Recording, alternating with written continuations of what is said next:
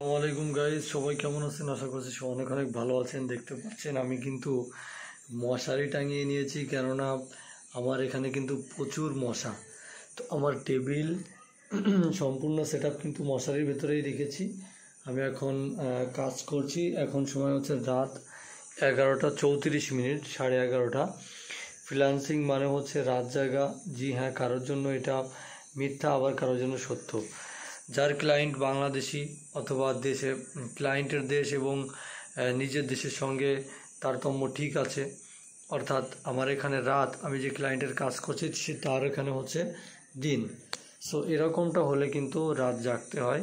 তারপর আমি কোনো সব দিন জাগি না, কোনো দিন হচ্ছে 11টা 12টা পর্যন্ত জাগি, কোনো দিন 10টার আগেই শুয়ে পড়ি। ঠিক আছে, তো যাই হোক, ফ্রিল্যান্সিং মুক্ত পেশা, আবার ফ্রিল্যান্সিং মুক্ত রাত জাগা। ঠিক আছে, তো অনেকেই বলেন যে ভাই ভিডিও বানান না কেন? এখন ভিডিও বানানোর সময় পাই না।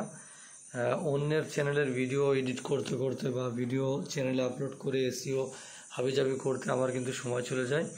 নিজের চ্যানেলের জন্য ভিডিও বানানোর সময় পাই না, কারণ আপনারা জানেন যে আমার চ্যানেল থেকে কিন্তু আমি কোনো রকম ইনকাম করি না। ঠিক আছে, তো ভাই যারা বলছেন যে ভাই ক্যানভা চলছে না, হ্যাঁ ক্যানভা চলছে না। ক্যানভা আবার নতুন করে নিতে হবে। যারা চালিয়েছেন 1 বছর ফ্রিতে চালান, সমস্যা নাই, আবার আমার থেকে নিয়ে নিন ফ্রিতে। আমার ভিডিওগুলো হচ্ছে বেশি বেশি শেয়ার করে দিবেন, চ্যানেলকে সাবস্ক্রাইব করবেন এবং ডিসক্রিপশন থেকে ফেসবুকের মাধ্যমে আমাকে করবেন, মেসেজ করবেন, তাহলে ক্যানভা আপনাদেরকে ফ্রিতে দিয়ে দেবো। ঠিক আছে, ধন্যবাদ ভিডিওটি দেখার জন্য। আবার দেখি কবে সময় পাই, সময় পেলে, কাজ কমে গেলে আপনাদেরকে আচ্ছা আর একটা ভিডিও বানানোর চেষ্টা করবো। আর একটা কথা হচ্ছে, কিন্তু আমি কিন্তু লোকজনদেরকে কাজ দিচ্ছি, অর্থাৎ আমার নিজে এখন কাজ করতে ভালো লাগে না। ঠিক আছে, তো আপনারা আমার সঙ্গে যোগাযোগ করতে পারেন। আর যারা আগ্রহী, বিশেষ করে আমার কাজগুলো কিন্তু সহজ কাজ। ঠিক আছে, হয়তো স্লাইড শো ভিডিও তৈরি করা, ফ্লায়ার ডিজাইন করা, হ্যাঁ পোস্টার ডিজাইন করা ইত্যাদি, এই সমস্ত কাজ হচ্ছে বেশি আসে।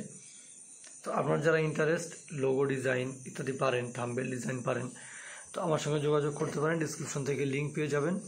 আচ্ছা, যাদের RGB ক্যাসিং যারা ব্যবহার করেন, তারা কি করবেন জানেন? এটা কিন্তু আমার চোখে লাগে, এই জন্য আমি একটা সিস্টেম করেছি। দেখুন, এখান থেকে এই যে এইটা দিয়ে রাখি এখানে, হ্যাঁ এখানে একটা এভাবে গেঞ্জি, এই কালো কাপড়, কালো একটা গেঞ্জি আমি কিন্তু সেটা বেঁধে রেখেছি রশি দিয়ে, যাতে করে এই আলোটা আবার না লাগে চোখে। ঠিক আছে, তো এটা একটা পরামর্শ। সবাই সুস্থ থাকবেন, ভালো থাকবেন, ধন্যবাদ, আসসালামু আলাইকুম।